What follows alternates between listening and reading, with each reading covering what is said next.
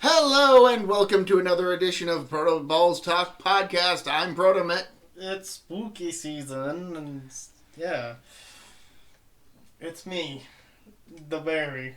Yeah, I don't know.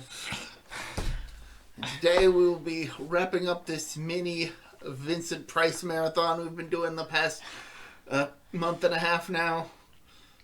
I like how we went from the movie from 1968 to the movie from 1971, and then go all the way back to 1959. We're doing the House on Haunted Hill, everybody. The original, the good version, you might say. I have heard nothing about the remake, so I can't form an opinion. Although That should probably tell you all you need to know. Although I feel I should mention that when I pulled it up on my tablet's browser, the first sale results for buying stuff is the remake. Wait, which remake? From 1999. Got one here that says 2010, but maybe that's just one. They need another remake? That might just be when the DVD came out. Maybe. Oh, I'd be so pissed if they made another one. It's like I was surprised. It was like, wait. Okay, looks like there's just this one and the 99 remake. Yeah. And it's not to be confused with The Haunting of Hill House, which is a TV series. Which is also based on the book, which later became The Haunting, and then that movie was remade into a god-awful one. Absolute god-awful film. The 99 remake. Sure, it has Catherine Zeta-Jones and, what's his name? From Schindler's List. Liam Neeson? Yeah, and Liam Neeson. It has Liam Neeson and Catherine Zeta-Jones, and they're both, and it's just awful. Not a good movie. It also has Owen Wilson. Oh, wow. Yeah. So that should tell you, how much of a clusterfuck that movie is. Well, we're not talking about those. We're not talking about The Haunting, although I would love to talk about The Haunting at some point eventually down the line. Okay, maybe someday. Yeah. It's a very cerebral film. But no, we're talking about House on Haunted Hill from 1959, directed by William Castle, of course. And for those of you who don't know, because I don't think we've ever had a chance to talk about William Castle. Nope. William Castle is fucking nuts in that during the 50s and the early 60s, he'd I got an idea for a film. How can I apply this to the theater and make the theater experience? Yeah, he was famous for his theater gimmicks, which basically involved him doing something wacky in the theater as the film was playing. Yes. So there's a film that unfortunately there's another Vincent Price film that we unfortunately did not manage to see, which is The Tingler. I was actually gonna say that where some of the seats had vibrations, or it was either that or some actors in the audience were pretending. I'm not sure how where they were paid to scream. Right. And be like, oh no, the Tingler's got me. Oh, which is imagine that. You know, it's the 50s. The Blob the Blob came out a couple of years ago. The Thing from Another World. And then, the late 50s, you've got, oh hey, it's a spooky movie about a thing you can't see. That's, Have you ever seen The Blob? I've seen both. I've seen all three. Shit, they made another remake? Or was that the Blob Returns or some shit? It was Beware the Blob. Though I think it's sometimes called Son of Blob. Okay. That one's actually a pretty entertaining movie. They're all good. Oh yeah. Especially the remake. Holy shit. Oh yeah. Oh man, we're not gonna. You know what? One day, one Halloween, we'll do the Blob trilogy. Me and Brian have already done the first two already over on. Fucker. You son of a bitch. Fine. But maybe one day, because honestly, getting a chance to rewatch the Blob, I won't pass that up. That's it. I want the remake. Damn it. Anyway, yeah. Really, this movie is Vincent Price in a house. That's it. Yeah, this is the one movie that I most associate with Vincent Price. And honestly, honestly, we had a bit of trouble trying to talk about, Witchfinder General and Dr. Fives, but this one probably gives us even less to talk about. It's so straightforward, and that the plot, honestly, doesn't make a lick of sense. I think it makes quite a bit of sense in hindsight. In hindsight, it does. But when you're watching the movie, you're like, what the fuck is going on? Which can be said about a lot of haunted house movies. Yeah, I guess. So... I guess. But there's no logical pacing to this movie. It's like, oh, everybody's in a room, then everybody splits up, and a spooky thing happens, and then everybody returns to the same room. And they're like, oh, hey, a thing happened. What happened? Oh, I gotta tell you. Oh, there's a logical reason for this thing. Oh, no, never mind, I won't spoil that. Right. I won't spoil that bit. But it all ends up, oh, there's gotta be a logical reason for this. Somebody had to have... somebody is at fault here. Somebody's tricking everybody. It was the ghost! It was the ghost! It was ghosts. This movie is wild and crazy. Doesn't make a lick of sense when you're watching it. Until the very end. And then you're like, oh, okay. So yeah. I love this movie. Spoiler alert, everybody's getting fucked with. That's all you need to know. So, to briefly touch upon the plot. Oh, by the way, you can watch this movie, for free. Oh, yeah, it's public domain. It's public domain. You fucking go. I'm pretty sure all of the William Castle movies are public domain. I would have to look into it, but all I know is that I'm still disappointed that we weren't able to get the second Vincent Price collection, which had this movie on Blu-ray. Right. Because you had to, yeah. I had to settle for a 50-pack movie that I once got for Christmas many years ago. Which, mind you, has Nosferatu and Phantom of the Opera on it. Yeah, but not the current version of Phantom of the Opera. It's also got Metropolis. Yeah, it also has Metropolis. You know what? A silent movie. It's also got a bunch of other... you know what? A bunch of other bad horror movies because they were all public domain. It also has... And Night of the Living Dead. And Night of the Living Dead, yeah. Which is awesome. Just... 10 out of 10. That was one of the 2 movies from that set that I watched the first night I got it. I haven't haven't watched most of the movies in the set. You haven't even seen Nosferatu? I've seen Nosferatu. Okay. I'm just saying I haven't watched most of the movies in the set. Hold on. Let me because there's a lot. It was 50 movies. Yeah. And B, I didn't give a crap about most of them. All right, let's see here. So I mean, pretty much starts off with. That's not even the actual chronological list. No, it's not. I was gonna say though, I was just gonna list off some of the movies. Is what I was gonna do. At 50 movies. This Horror Classics 50 movie pack DVD collection, which I think might have been like a Walmart thing, where it's could have been. It's just don't even know. I've gotten used out of it, so yeah. So, long story short, some of the movies on here: Nosferatu, 10 on 10; Phantom of the Opera, 10 on 10. That one's the Lon Chaney version. Right. Metropolis, which is considered one of the first science fiction films. The Hunchback of Notre Dame. I'm pretty sure that one's also the Lon Chaney version. Little Shop of Horrors. The Little Shop of Horrors. The Little Shop of Horrors. I gotta add the to distinguish it from the more famous Little Shop of Horrors, which is a musical. Remake. Yeah, it's a film version of the off-Broadway musical, which is itself based on the movie. White Zombie, which is actually a far better film than people think. I've never seen it. It's a voodoo film. It has Bela Lugosi in it. I more know it for Rob Zombie. Yeah. And even then, only. But that's where he took it from. Right. Yeah, I know. Night of the Living Dead, as we mentioned. The House on Haunted Hill, which we're getting into. The Killer Shrews is on here, which is incredible. We've covered that over on the other channel. It's me and Tank. It's a fucking stupid movie, but it's great. Oh yeah. and The Last Man on Earth. So yeah, veritable who's who of public domain films.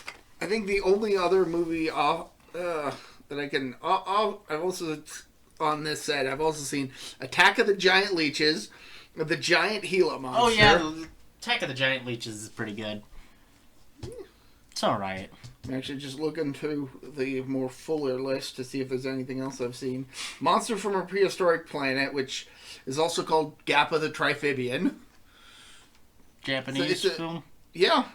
I figured. It's a weird...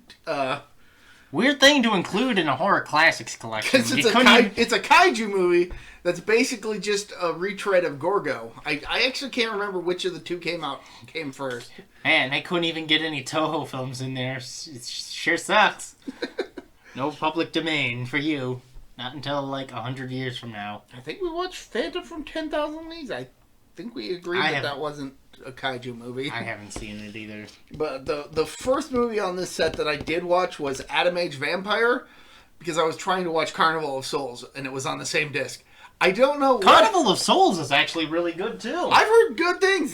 That was the movie I was trying to watch, and then Atom Age Vampire started playing. Like, it was on the same disc, same side, and... It just started playing, and you're just like, well, I'm stuck with this. Yeah, I guess so. Atom Age Vampire.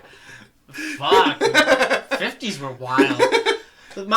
Yeah, so the 50s were a very wild time for horror movies because they sort of split into two directions, really, when you think about it. They go into either gothic horror or they went straight science fiction horror. And science fiction... Creature features. Yeah, creature features and stuff like that. And that science fiction direction eventually, evolved into the science fiction that we know today. And the gothic horror actually split off into, by 1960 at least, to, modern slashers and still the neo-gothic horror of, monster films that we, that are most famous now. I mean, the slashers are, like... fucking Friday the 13th, Nightmare on Elm Street, shit like that. Although that one sort of swerves back into neo-gothic horror a bit. I feel like Nightmare on Elm Street is more neo-gothic than it is a slasher film. Is that... It's a neo-gothic slasher movie? I'm not even sure what neo-gothic means in this context. It's a sort of return to, like, the Paramount classic, or... Universal classic films, I'm sorry. Oh, okay. So, like, oh, the Wolfman, and, oh, vampires, and, oh, Frankenstein's monster. Oh, and then, I feel like the neo-gothic part of that is, oh, it's a monster that invades your dreams, and he's undead.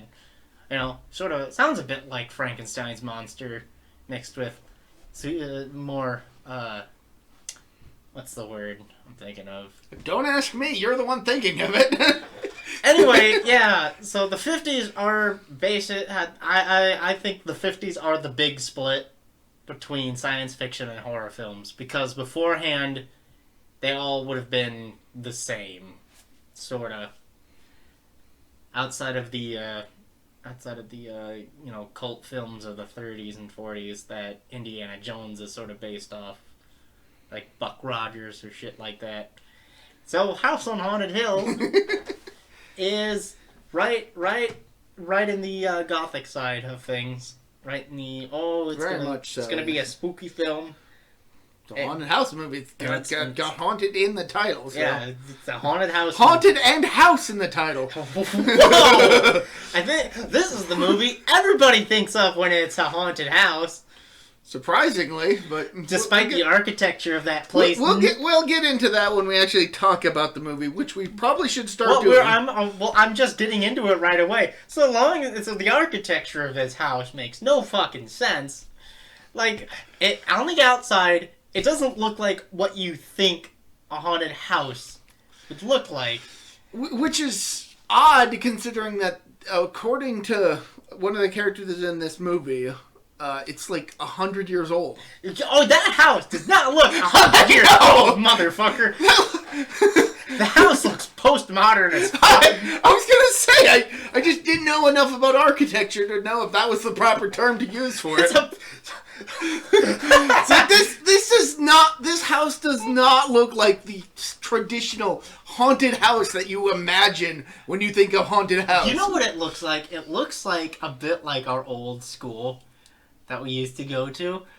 Just a little bit. It's just a block design instead of a more angular house design. It looks like a complex more than it does a fucking house. It does, yeah, that with like ornate carvings on each and every brick, practically. And it's like wood overlays and shit, like shutters. It's like, such a weird fucking house to describe. It's so fucking jank. But apparently in this house's history, 7 people have died. All in the span of like 10 years, mind you. Not 100 years, supposedly. Well, I don't recall exactly when the span started. I'm just saying that the owner of the house, Watson Pritchard, who is not Vincent Price, he's another actor, basically said that he basically inherited the house from his brother, who along with his sister-in-law was murdered by his wife. Yeah, right? Yeah, okay, yeah, it's like... How would you describe that, alright? Yeah, that's more like just a building. It does not look like a house. It looks like it's fucking like... It looks like a place of business. It looks like a building where like a bank would be, but it's Greco-Roman, postmodern. Like, I can honestly say, for anybody watching the YouTube version of this, because currently that's the only version, I have the poster up, and it doesn't look like that. Yeah. It does not! No! That is not what it looks like! It's a fucking block house. That's what it looks like. Like, we don't even get to see much of the exterior of this place. But it's a real place, too. Doesn't surprise me. They use exterior shots of, like, a Jewish museum for the command center and Power Rangers, so... Frank Lloyd Wright designed it. I'm pretty sure there's a building in Japan that's basically an inverted pyramid that constantly got used back in the 70s. So, again, I am not surprised that these places actually exist and are just used as sets. Yeah. They you know what, they took a picture of the house and used that, and they're like, yep, that's what the house looks like.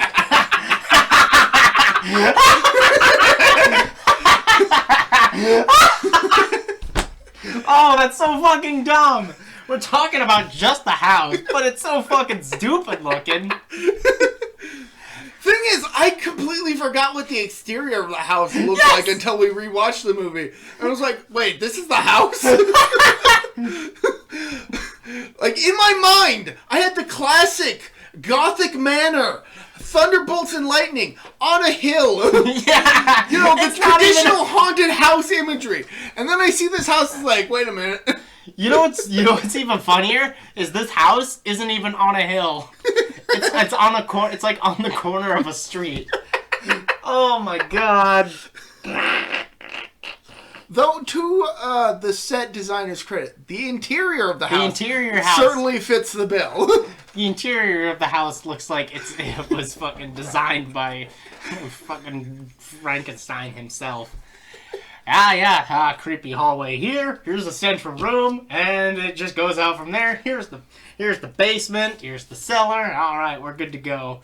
But basically, this is a place where a number of murders have occurred, and a rich billionaire, Frederick Lauren, played by Vincent Price, has decided to invite some people to a party that, conversely, is either his or his wife's idea.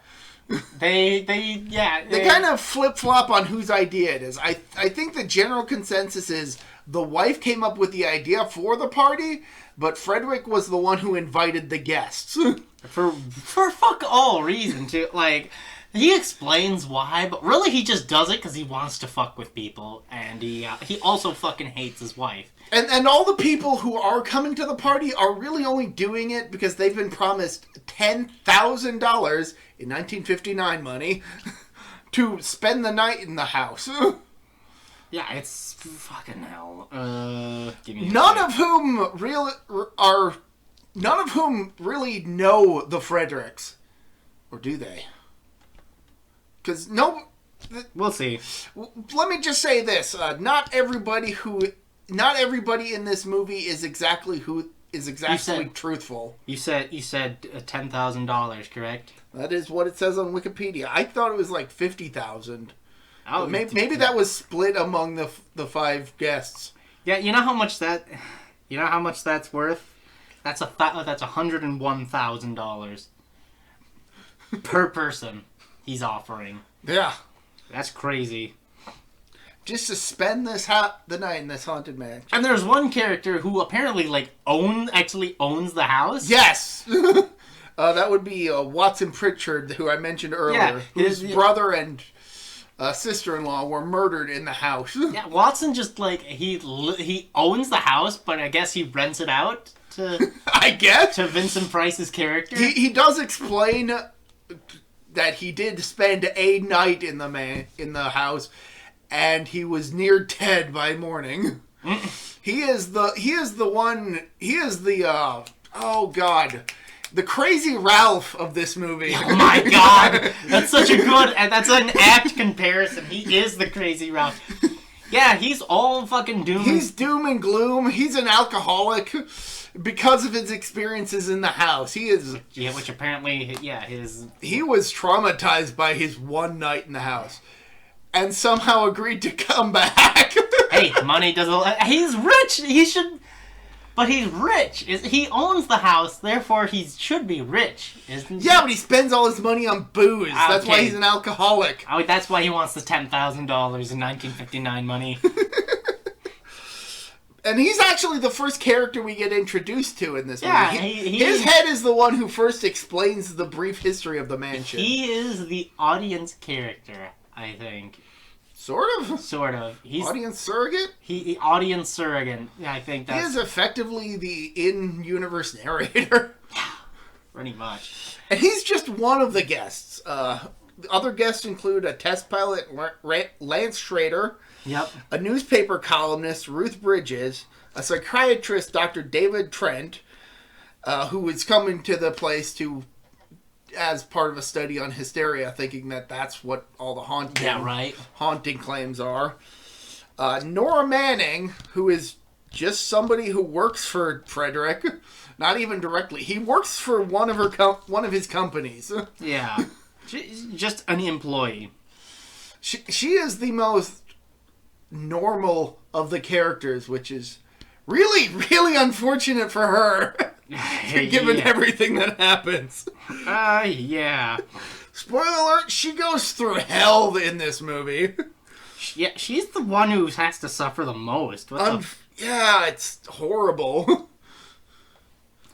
So, yeah, Frederick Lauren fucking hates this house, hates his wife. And it's like... Annabelle. And it's like... From the jump.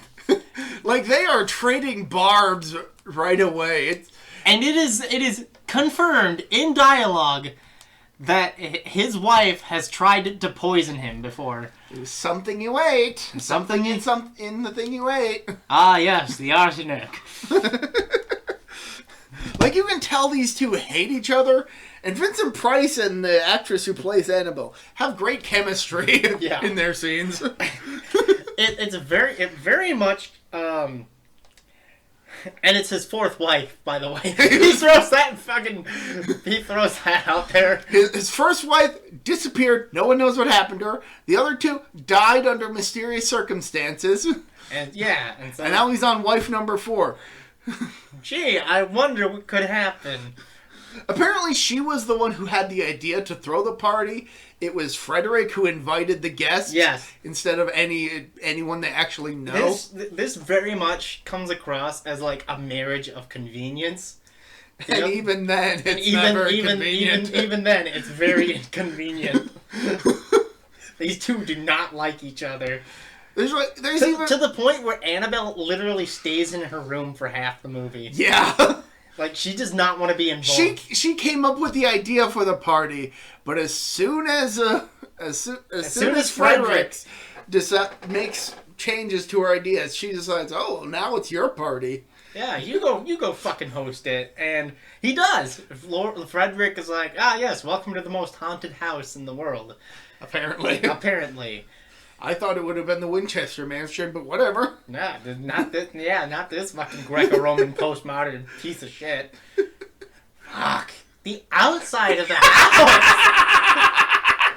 We're just kind of caught up on that. I'm not gonna get over it, man. Give it a week, you'll forget about it. I probably will. Yeah, so there's conversation to be had, Pritchard, Dr. Pritchard, is that what his name was? Oh, David Trent. Dr. David Trent's, he's very, Matter of fact, very skeptical, doesn't believe it, except for the fact that, the fucking Watson Pritchard, is just like, I almost fucking died here, god damn it. You better put some fucking respect in this house's name. And Lance and Nora kind of hit it off pretty well, especially after he saves her from a falling chandelier, which just comes crashing down. Yeah. Yeah, it's... Yeah. Yeah, well, let's see. Frederick starts to actually explain the rules of the party. Basically, once the clock hits midnight, the only exit to the house will be locked from the outside. So if anybody wants to leave, they have to do so before midnight, but forfeit their prize. So one of the silliest sort of gimmicks about the house is, Frederick brings everybody into the basement, and he's like, ah yes, let me show you something. This here is the wine cellar. And where one of the previous owners liked experimenting with wines. His wife was not so keen on the idea, so he dumped her into his mixing vat, which at the time, and apparently still is, filled with acid. Yep. It's crazy. And so, yeah, and Lance and Nora end up getting lost from the group. They get separated, and Nora screams for help. They do, and while she's separated from Lance, she encounters this ghostly figure just kind of standing in the distance in the cellar, in like a hallway or something. Yeah, and then it disappears. Yeah. Eventually, she gets everybody down into the basement. They manage to get into the room that Lance found himself locked in for some reason. And he was also hit on the head, too. Yeah. Nobody knows how. That's going to be... Like, he initially assumes that he just bumped his head, but on what is anyone's guess, because there's nothing in the room. Yeah, it's a common theme in this movie where, like, stuff happens to the characters, but, stuff happens to the characters, and there's literally no explanation for it. None. So Lance, he gets hit on the head, never explained. It's just, that's a thing that happened, because, haunted house! The stuff that happens to Nora actually does get explained, but it's such a hand wave. Kinda. Where it's just like, well, why the fuck did that happen then? Why the fuck what the fuck is wrong with you people? Like, for example, Nora runs into that ghost again. Because we're going to jump around this plot. Yeah, because after everybody reconvenes and Annabelle is finally introduced to the characters and then immediately goes back to her bedroom. Nora splits off from... We're jumping around the plot a bit, but it's very hard to describe this movie. So we're gonna let Nora and Lance decide to go investigate another portion of the place and find that there's kind of a discrepancy regarding the distance between the doorway and walls of two rooms, almost as though there's a hidden room within. So they both kind of go into each of the rooms to try and find it. And Nora encounters that ghost woman again, except a far closer. And it just kind of floats out of the room. It's the most iconic scene in the movie. Oh, definitely. It's just, it's the old woman hanging in the corner, just, fucking claws out and shit, and she just floats away. And And, like, Nora's fucking nearly having a heart attack. And then, later in the movie, that character, that ghost, shows up again, but it's, oh no, it's just the caretaker's wife. She's blind. No! What the fuck? What the fuck? There's another point where Nora is kind of wandering through the house, and she ends up encountering a guy who just kind of grabs her from behind and covers her mouth and warns her that somebody's trying to kill her. Or something. Yeah. And that turns out to be the caretaker of the place. Apparently they do stay at the place up until like midnight regularly. Mm-hmm. It's what it is. But before stuff even really gets going and proper, once Frederick and Annabelle start actually explaining stuff and, Annabelle actually shows up, Frederick decides to give everybody party favors in the form of pistols in coffins. Yeah, he gives them all a fucking gun. He even gives Annabelle one, and she opts not to keep it. To prove that they're real, he actually fires one off. Shoots a vase in the corner. Shoots a vase in the corner. He's like, oh yeah, I'm dead serious. We're fucking doing this. As it's like, that's when everybody realized that this guy is fucking nuts. But $10,000. For $10,000. Hey, gotta do what you gotta do. Crazy. Oh, there's one point where the columnist, Ruth, blood starts dripping on her hand because of a blood stain that she stands under. There's a blood stain on the ceiling. How'd that get there? It's the ghosts. The ghosts! They've marked you! Ooh.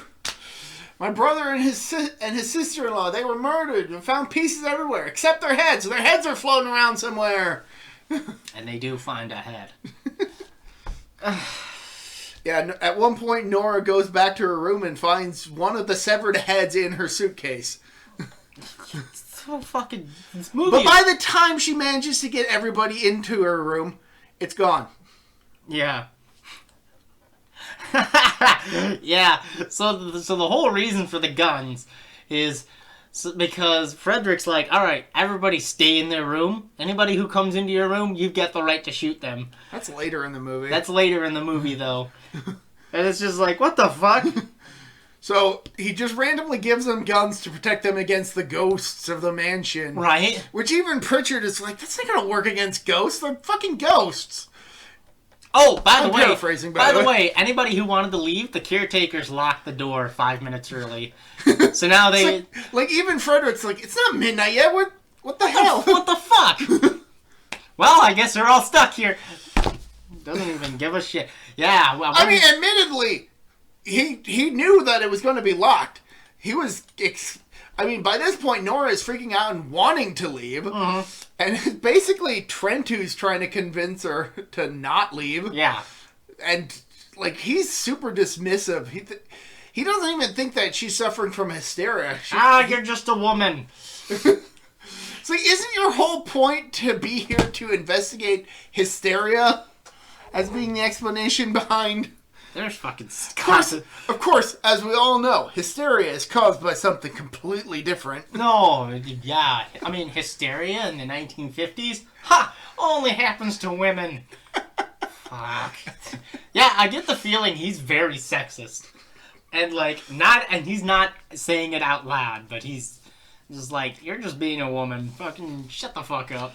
You're just nervous. It's like, your specialty is in hysteria. Recognize when somebody is hysterical.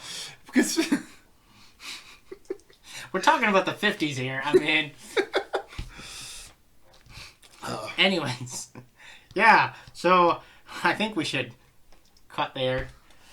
Now, I wanna go a bit further. All right. Go ahead. So, at one point, Lance finds the severed head hanging in his closet, and he goes to confront Pritchard about it, who by this point has shown off one of the knives that was used to chop up his brother, which was just kind of hiding in like an armrest or something. And then they hear a scream, and Lance goes and finds Nora hanging from the rafters. Or not Nora, Annabelle. Annabelle is hanging. Yeah, Annabelle, the wife, is dead. Shocker! Oh, and we'll cut right there. There you go. Yeah, fuck this movie, man. I like this movie. This movie was fun, but it's like, it's so schizophrenic in its pacing. And yet, I feel that this is basically... They fucking flew skeletons in theater for this movie. This movie is so crazy. This movie's insane. Yeah, that was the theater gimmick for this movie. God. I think there was smell-o-vision at one point, which was basically just scratch and sniff during a movie. I don't know if that was Castle or if that was Pink Flamingos. That might have been Pink Flamingos. That was probably Pink Flamingos. Which is fucking John Waters. Fucking John Waters. Guy's nuts. So, what are your recommendations? Well, first I'm gonna give this an 8 out of 10. Just off the bat. Yeah. We're just giving it off the bat. The movie's not. I think we got a bit of flack for not doing that for Witchfinder General. So I guess, yeah. We didn't rank Witchfinder General? We did, but we did at the end of the podcast. Which I feel if we're going to give the rank, we should do it before the spoiler break. Honestly, probably 7 out of 10. I'd probably give it a 7 out of 10. Like, it's a movie from the 50s. You know, it's got Vincent Price. He's great in it. Like, he is the best part of this movie. This is one of the... What do you know? 3 movies in a row where he's the best part. Shocking. Hey, but at least this is one that he's famous for. Yeah. I mean, he's... Yeah, Fives too, but... Fives is a whole other mess. Fives has the fucking bronze unicorn. Dude, spoilers for the last podcast. Brass unicorn, I'm sorry. So, that's better. I think that's less spoilery or more spoilery. I don't know. Go watch The Abominable Dr. Fives. We gave that a 10 out of 10. But this movie has some bad fucking architecture. I'm not letting it go. Vincent Price is a fantastic actor in this movie. He is. Yes. It's just the sad that, like, most people nowadays know him. He's the voice from the Thriller. You know? Which is just like, yeah, that's like one part of his career. But he was such a charismatic actor, as we have displayed throughout this spooky month. Spoop a month. Spoop season. the spoop season, yes. Like, hell, there's a reason why people just love collecting Vincent Price movies.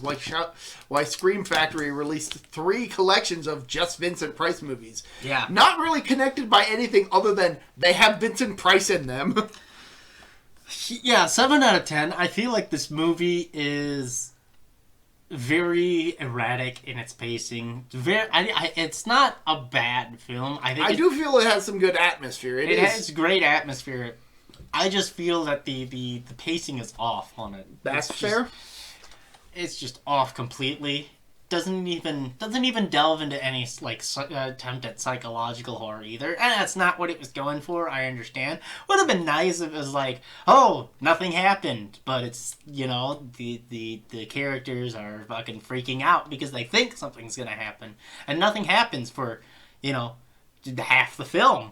Is how it should go, and then the stuff that it does happen happens. You know what I mean? Yeah, but this is more of a traditional haunted house movie. Yeah, this is definitely supposed to be all right. Buy your ticket, get your popcorn. All right, you're in for an hour and a half. I don't think you're really supposed to think about this movie too much. No, just enjoy being spooked. Enjoy the spooks.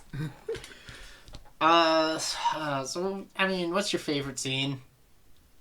I can't really talk about it yet. Okay. I mean, for as iconic as the witch scene is. The witch scene is, that's not my favorite scene. Right. What is something you don't like about the film? I guess this is going to go into a bit of spoiler-ish territory, but I feel that the character of Ruth, the newspaper columnist, is extraneous. Like, she doesn't really fit in given everybody else in the movie. She doesn't even do anything. Like, all that really happens to her is that her hand gets a bit bloody twice in the movie for no reason. And otherwise, she's just kind of there. Yeah, and spoiler alert, nothing happens to her. I mean, aside from blood dripping on her hands. Aside from blood dripping on her hand, like, nothing happens to her. You're setting all this stuff up for her, and nothing happens. It's just like, okay, so she's a pointless character. I guess. I don't know. I just felt like maybe they should have done a bit more with her. That's like the biggest negative I have about this movie. Yeah, not much you could have done about it. Ah, well. What about you? What I didn't like about... the pacing. Like I said, the pacing is just kind of off. Ruth doesn't really do anything. The plot doesn't make a fucking... Most of what happens in the film is never explained, and I'm okay with films that, like, never explain when something happens. But, like, for stuff like this, like, you need an explanation. I kind of feel that it kind of just goes along with the territory of haunted house. Like, ghosts. That's the explanation. Yeah. I don't know. It's a quick movie. It's an in and out movie. You go in, you watch it, you're out. All right, you're good.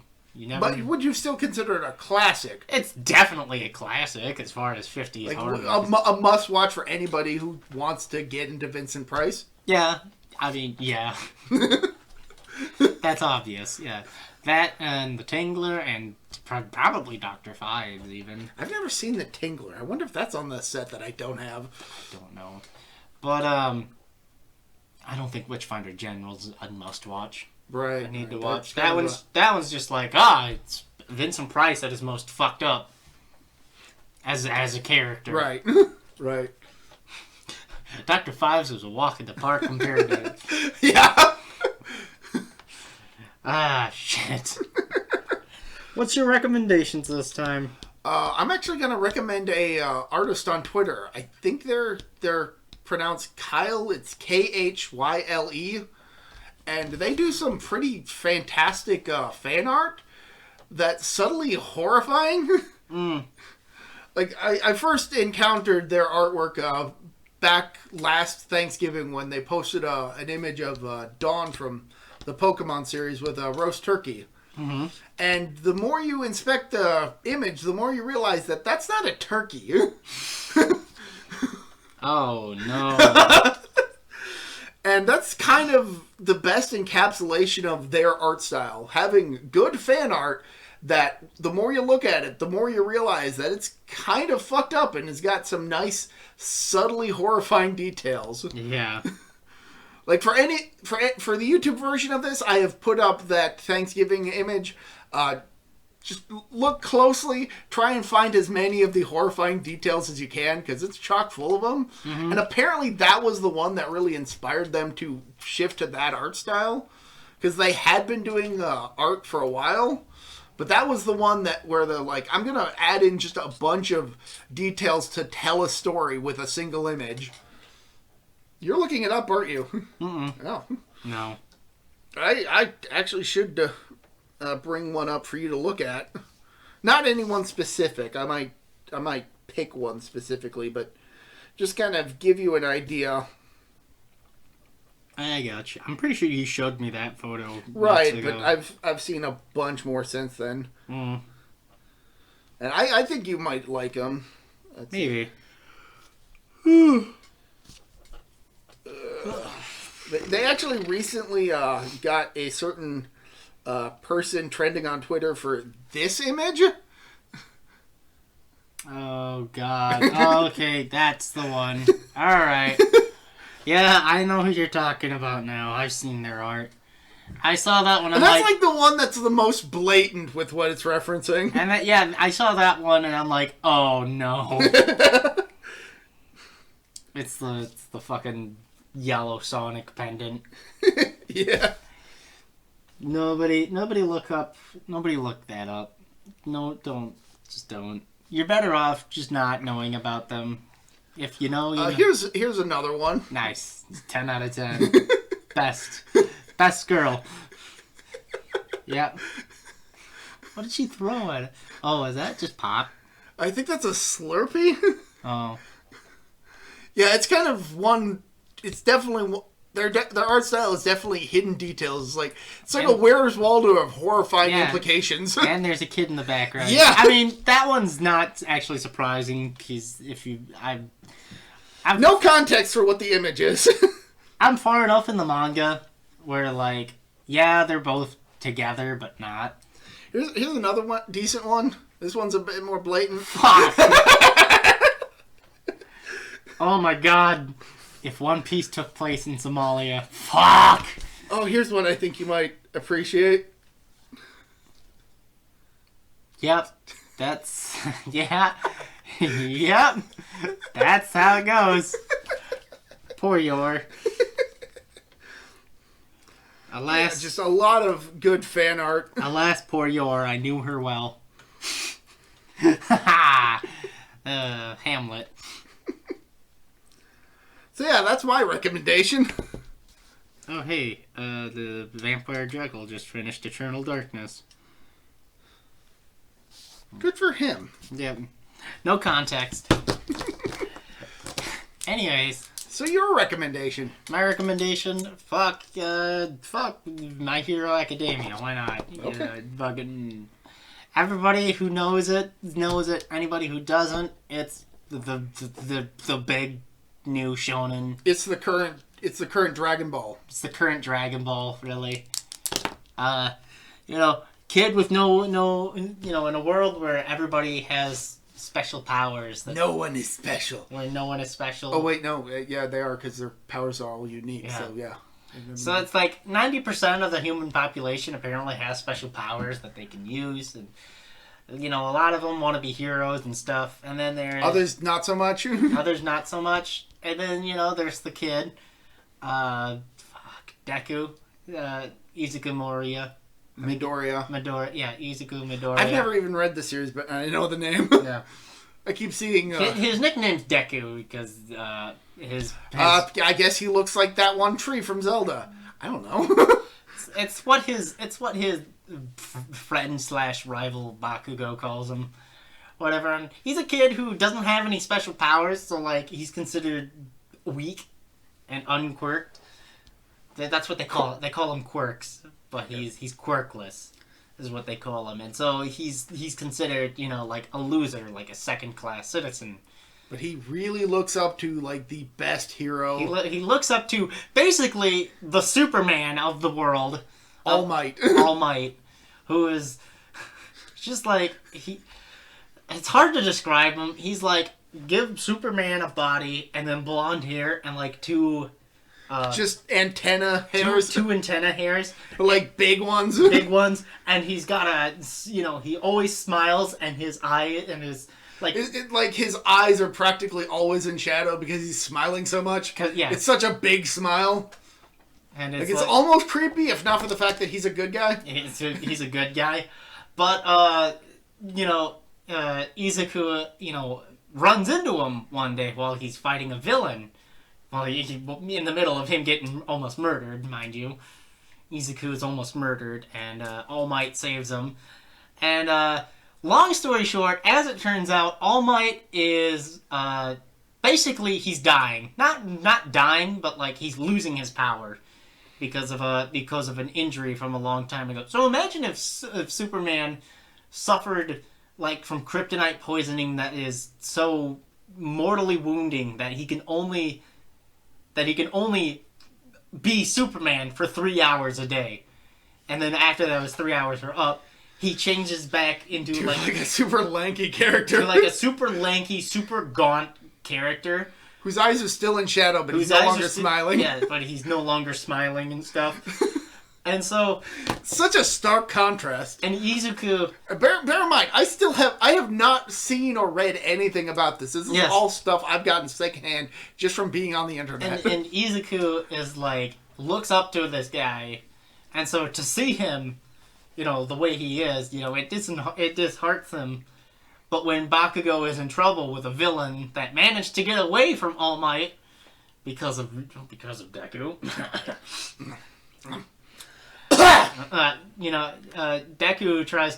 Izuku tries to save Bakugo from the villain, and All Might's no, I can't just be a hero 3 hours a day. A hero needs to give up their life, give up their body to save the people. And, he reassumes All Might form and fucking kicks the shit out of the villain, blah, blah, blah. And so, long story short, All Might's like, hey, you want my power? I'll give you my power, but you gotta work for it. You gotta train your body hard to become my successor. And so, the first half of the first season, the first couple of novels, or volumes of the manga, I think, is Izuku basically getting his body ready as he's getting accepted into a hero school. A school for heroes, as it were. The titular My Hero Academia. I don't know if that's actually what it's called. That's not what it's called. Okay. It's like UA or something. I can't remember. They call it Hero School, basically, but it's like UA is its initials. It's basically... Yeah. It's sky high. It's sky high. I have heard people made that comparison. It is very much sky high. For those who don't know, Sky High was a Disney Channel original movie, or a DCOM, as most fans would call it. That was basically about the son of a pair of superheroes who didn't have any powers, but was enrolled in a school for superheroes. Yeah, and that's pretty much what this is. It's very similar, but it's way more like, if Dragon Ball Z took place in a school. That premise kind of reminds me of another DCOM. I can't remember the name of it, but it was like about this one kid in a family of superheroes, and he's the only one who hasn't manifested his powers yet. I can't remember. The Incredibles? No. Not like that? No. Okay. I mean, that's very similar, because the baby doesn't manifest their powers yet. Right, but no, the movie is specifically focusing on this one powerless... I don't know. Yeah, I'd have to look that up. I think the kid does a bit of trickery to try and convince his family that he does have powers, just so that they stop treating him differently. Big Hero 6? No, it's a Disney Channel movie. Okay. I said it was a DCOM. Fuck, whatever. They had a lot of DCOMs. I'm just reminded of that movie, and I can't recall the touch. But I thought it was an interesting premise. Eventually, as it turns out, Izuku manages to train up his body for it, and he's given this power. But the issue is because he's not used to his power. Every time he uses it, his entire body breaks. Like we're talking. If he punches something using that power, his arms shatter, both arms, both legs. Basically, if you had the power of Superman, but not the body of Superman. Yes, but not the conditioning of Superman, and the physical fortitude of Superman. Basically, if you could punch as strong as Superman, but you still had the physical frame and physical strength of a human. But your punch is just extremely powerful. So you hit something really hard. And it breaks, but so does your hand. Yes, but so does your entire body through the sheer physical force that you exert into that punch. But it's amazing because he manages to find, workarounds to it. So he'll flick his finger, and then he'll just break his finger. He's learning how to control that power. Sort of, but the first time he uses it, his entire body fucking shattered. He leaps.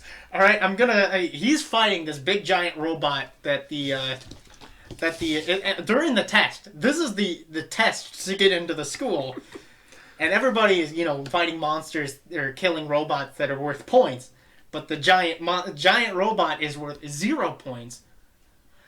Supposedly worth 0 points. But one of his friends, Uraka, I can't remember. Yeah, Uraka. Yeah, Ochako. Ochako Uraka. Gravity.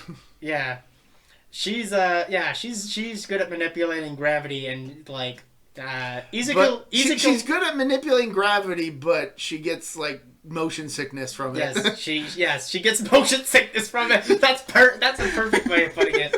She gets trapped under some rubble, and so his hero instinct, his heroic instincts kick in because he's always wanted to be a hero, and he fucking leaps 100, 200 feet in the air, fucking punches this robot, shatters it completely. It fucking gets destroyed. Mind you, it's worth 0 points. And then his entire body fucking shatters, and he's fucking falling 200 feet to the ground to his death before he's saved before he's saved at the last second. But it's just like, I didn't get any points. But then it turns out there's a reason that giant robot is worth 0 points. Because it's ranked on villain points, on which how many, robots you defeat. But then it's also graded on rescue points in how heroic your actions are and how it helps other people. And he gets 0 villain points, but like 75 rescue points. So he goes from dead last to like 16th place. Mind you, his rival Bakugo is in first place because he gets like 120 villain points because he fucking goes ham. He's got the power to control explosions and shit. I think the explanation is that he sweats nitroglycerin or something. Something like that. Guy's fucking crazy. He's also extremely violent and very... I'm trying to remember what hero name he goes for. King Murder Explosion, I think it is. That's great. He's the kind of guy you would expect to become a villain. Yeah, Bakugo is like the Vegeta of this franchise, of this series. Definitely not the Sasuke. Not the Sasuke. No, he doesn't have the personality. Because he is very much Vegeta. He's got an ego a fucking mile wide. He's got a hair trigger temper, and he's bloodthirsty and violent. And his only thing is, I want to be the best. So he fucking tries to kick the shit out of everybody to be the best.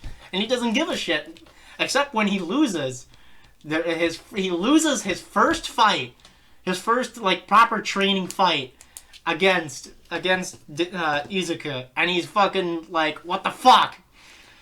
Fuck! He beats the fuck out of Izuku, but him and Ochaku managed to complete their objectives because Bakugo was playing as a villain. Along with his partner, I can't remember his name, doesn't really matter. Long story short, Dragon Ball Z, if it took place in a school, compare it with Sky High. Dragon Ball, if it took place in the DC or Marvel universe. Yes. Yeah, pretty much. Specifically X-Men. Yeah. But yeah, and All Might's a teacher there at the school too, and so he's sort of watching over Izuku, but nobody knows his secret, by the way. That's the other thing. So the big thing is people in the My Hero Academia universe, they're born with their powers. But not All Might. All Might has had his handed down to him from person to person. And so Izuku gets his powers from All Might. And if people found out about that, who knows what could happen? Right. If you could absorb this power just by taking a piece of the person, that's how it's done. All Might gives him a piece of his hair, and he's like, "Eat this." Yeah, I'm not kidding. I was actually gonna make a comparison to Jujutsu Kai.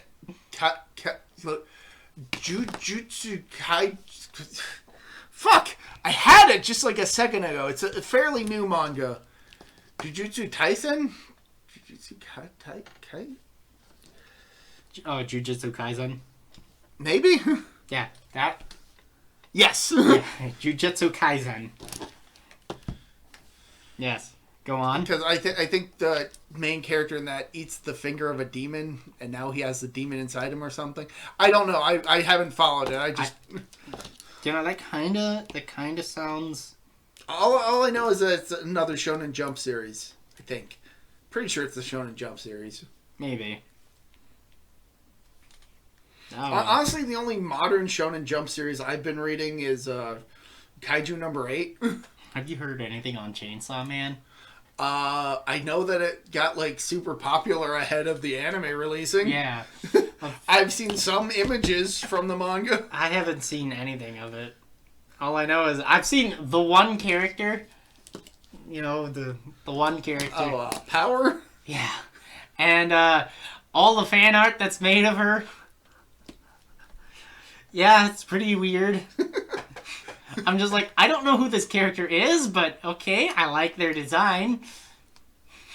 Not much more to say about. Not much more to say about that. I think I know maybe slightly more than you, and even then, I was just like, I don't know. Yeah, I don't know. So yeah, My Hero Academia, everyone. So where were we? Oh, right. Somebody hung themselves. Yeah, House on Haunted Hill. So yeah, Annabelle hung herself. I love that transition. Man. Oh yeah, somebody Sayori'd themselves.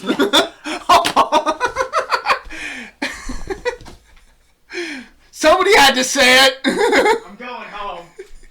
That's the wrong way. How dare you? How dare you say that about Sayori? That's a Doki Doki Literature Club reference, everyone, and I'm upset by it. Personally upset. As well you should be, admittedly. That was kind of a low-hanging fruit. God damn. Why are you going to do Oh, God! I just did it again! Without even realizing. Come on, Oh, dude. God! What the fuck? I didn't mean it! I didn't mean it until after I said it. Jesus Christ, dude. For anybody who wants context, go watch my review of Doki Doki Literature Club that I put out a few years ago. Yeah, or buy Doki Doki Literature Club Plus. Or just download Doki Doki Literature Club. It's free. No, buy the Plus version. Okay. Buy the Plus version. I'm just saying that the original version is free. The original version is free, but Plus adds a lot more to it. I have yet to get around to playing it, and I've had it for how long? Yeah. I mean, it is the base game, but it has a lot more stuff to it. We're not going to explain too much more. So, Annabelle is dead. She's dead. Hanging. And so somebody's a killer. Because that couldn't have been a suicide. Where would she have fell from? Even Frederick brings that up. Yeah. When talking to the doctor. Because he and Lance... Because... Dr. David and Lance are the ones who find her. Mm-hmm. I think Lance shows up first, and then David is there actually closer to where she's hung herself, so I got a better view of it. And Frederick's like, well, did you see anything she could have climbed onto? She couldn't have come from the ceiling. She couldn't have jumped down from the ceiling. So the logical response is somebody murdered her. Yeah, which makes sense. And Nora is missing, for the most part. Yeah, I wonder where she went. Well, after they take Annabelle's body to one of the rooms to lay her down until they can get help, because they don't have any phones, because this is 1950, and cell phones weren't a thing. This movie immediately falls apart if it was remade in the modern day. If it were set in the modern day. Unless there was like a signal jammer. But even then. Yeah, whatever. But if they made it today, it would be like a streaming challenge or some shit. Mm-hmm. But Lance ends up finding Nora, who is apparently stuck in some room or something. She claims that somebody grabbed her. She thinks it was Frederick. And kind of locked her in a room that she apparently was just in. I rewatched this movie and I was like, wait, what? When? What? Mm-hmm. When did this happen? But basically, Lance takes Nora to his room and has her stay there. Leaves a gun for her. Or maybe it's her gun. I can't remember offhand. Mm-hmm. I'll actually address this later because... yeah. So, for all intents and purposes, Nora is missing for everybody except Lance. Annabelle is dead, and nobody's really sure what's going on except that David and Lance are starting to suspect that Frederick was the one who was responsible for killing Annabelle. Right. Yeah. Gee, I wonder.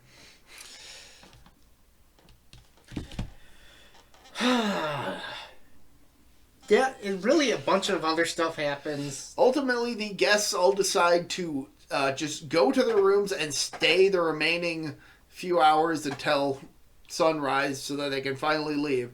And they rationalize that if anybody leaves their room, they're probably the guilty party because anybody who's innocent wouldn't have any reason to leave their room. Exactly. Except everybody leaves the room. Yeah, pretty much. It's like, yeah, a bunch of shit happens, and like it's hard to talk about. I mean, Frederick and what's his name, one of the guests, is like, all right, somebody's missing from their room. Let's go look for them. And it's just like, well, what the fuck? Come on, dude. What the fuck is wrong with you? At one point, Frederick goes to check in on his dead wife, and turns out Pritchard's there. Yeah. Just kind of there. Like, he doesn't even offer up an explanation for why he's there, other than he's trying to keep them from taking her. But then like 2 seconds later, he's like, but she's already with them. It's like, that gets explained. Kind of. Long story short, Nora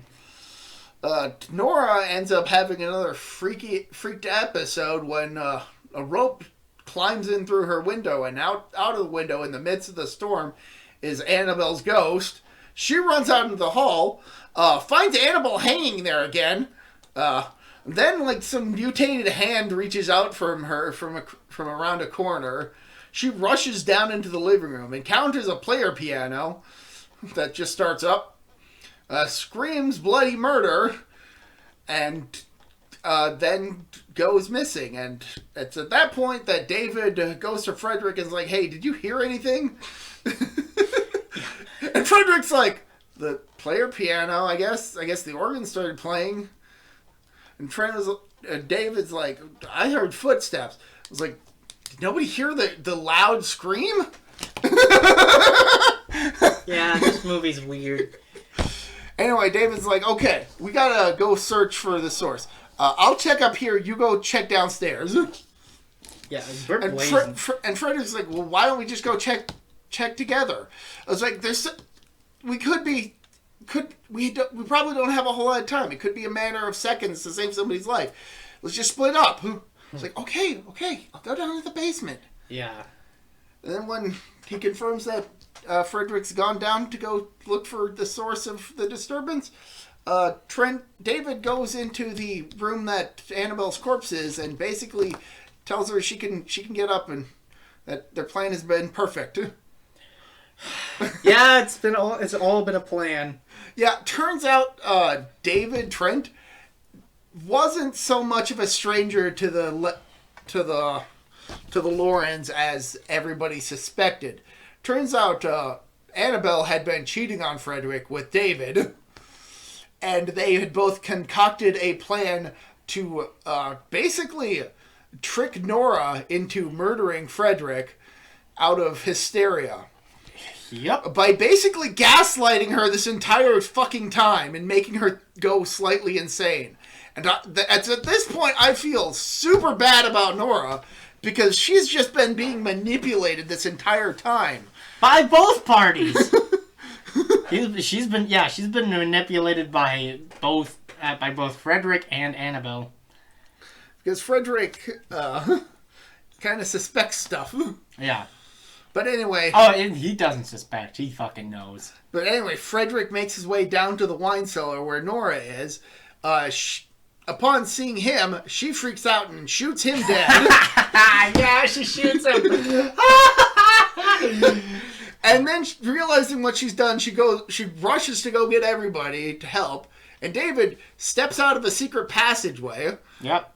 Also, I feel I should mention that at one point Lance came across a secret passageway, and he was basically out of the movie for the remainder of it until the very end. Yeah, it was weird. Like he just finds a secret passageway, goes in, accidentally gets stuck in, and that's where he's left for the remainder of the movie, for the most part. So then we get to the big climax. So David drags Frederick's corpse over to the vat of acid and opens the lid.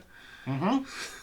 And then we cut immediately to Annabelle starting to come down to investigate because she heard the gunshot. David told her that when she hears the gunshot to come down. Yep. Basically, they were going to play off her hanging death as, oh, it was just a party prank. To manipulate, they basically have been psychologically torturing Nora to convince her to kill Frederick in self-defense and then dispose of his body and then claim that it was all just a prank, bro. Fucking stupid. But Annabelle goes down to the wine cellar to reconvene with her lover, and then a skeleton comes out of the vat of acid. Yep. And Frederick haunts her, claiming that she murdered him. And the skeleton corners Nora and pushes her into the vat of acid before we learn that the skeleton was a prop being controlled by Frederick from the shadows. And that he had actually dumped David into the acid. And then Nora and everybody else, including Lance, who I guess got out of that secret passage somehow, they all come down to find Frederick basically just saying, wasn't my fault. This was just really unfortunate. Man. David, they tried to kill me. David tried to toss me in the acid, self-defense, and then my wife...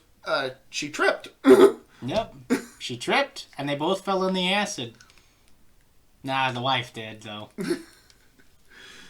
Yeah, I'm pretty sure Frederick was wearing body armor. That's why he didn't die. No, actually, Fred does actually explain why Nora's shooting him didn't kill him. He had loaded her gun with blanks. Yeah. Which I have to question because she was with Lance and Lance left her with a gun which could very well have been his own. So that part of Frederick's plan could have immediately gone tits up. But you know what? It's probable he loaded everybody's gun with. It's possible. It's possible that the only gun that actually had any actual bullet is the one that he fired himself. Yeah, I think that's which he immediately hands to Pritchard, which meant that Pritchard would have been less defensive. Yeah, had one less bullet, which is like, come on, dude. Not that Pritchard cares because he was like, guns don't work on ghosts. Yeah, and, so the movie ends in just, the most insane fashion. And Pritchard is like, well, there's two more. Well, there's two more, and I'm next. And it's just like, and that's the movie. 7 out of 10. It's a wild movie. Especially that ending. What do you even say about this movie? It's fucking...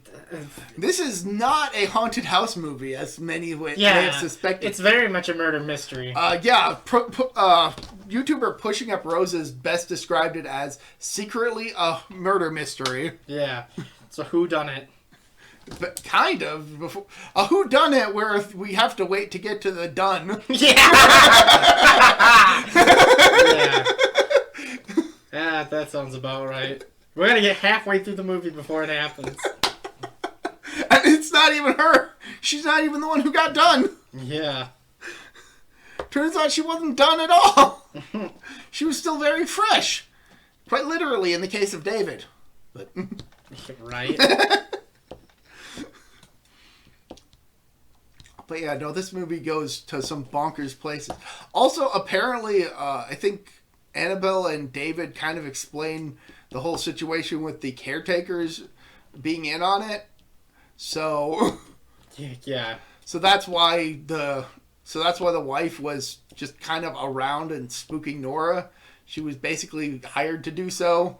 Mm-hmm. As well as her husband just kind of the whole situation was that David and Annabelle were just trying to manipulate Nora into suspecting Frederick as being potentially dangerous and killing him out of fear.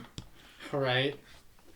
Except that Frederick realized what was going on the entire time and decided to play the trick on them to reverse the whole situation.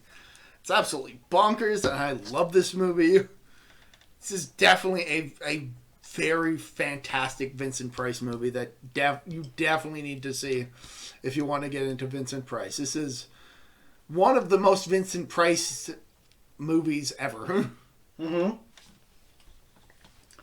Yeah, it's the most famous Vincent Price movie. I don't think it's the best. Probably not. That might. But I find Vincent Price to be synonymous with this movie. I mean, yeah. And vice versa. And with that, spooky season is almost over. We just got one more podcast left. And it won't be Vincent Price related unless he randomly decides to show up. It's been a while since I've seen this unless one. he shows up on the television. I haven't seen this movie in a very long time. So maybe, who knows? We can have a surprise guest then. Oh, God, we gotta get through that movie. You know what? I'm not as hard on that movie as other people are. It immediately falls off a cliff after that. If anybody's been watching the past few years, you know immediately what we're going to be covering next. Yeah. So it's not like we're going to be posting it on Halloween or anything. Yeah. So stay tuned for Halloween 4. The Return of Michael Myers. Goodbye, everybody. See ya.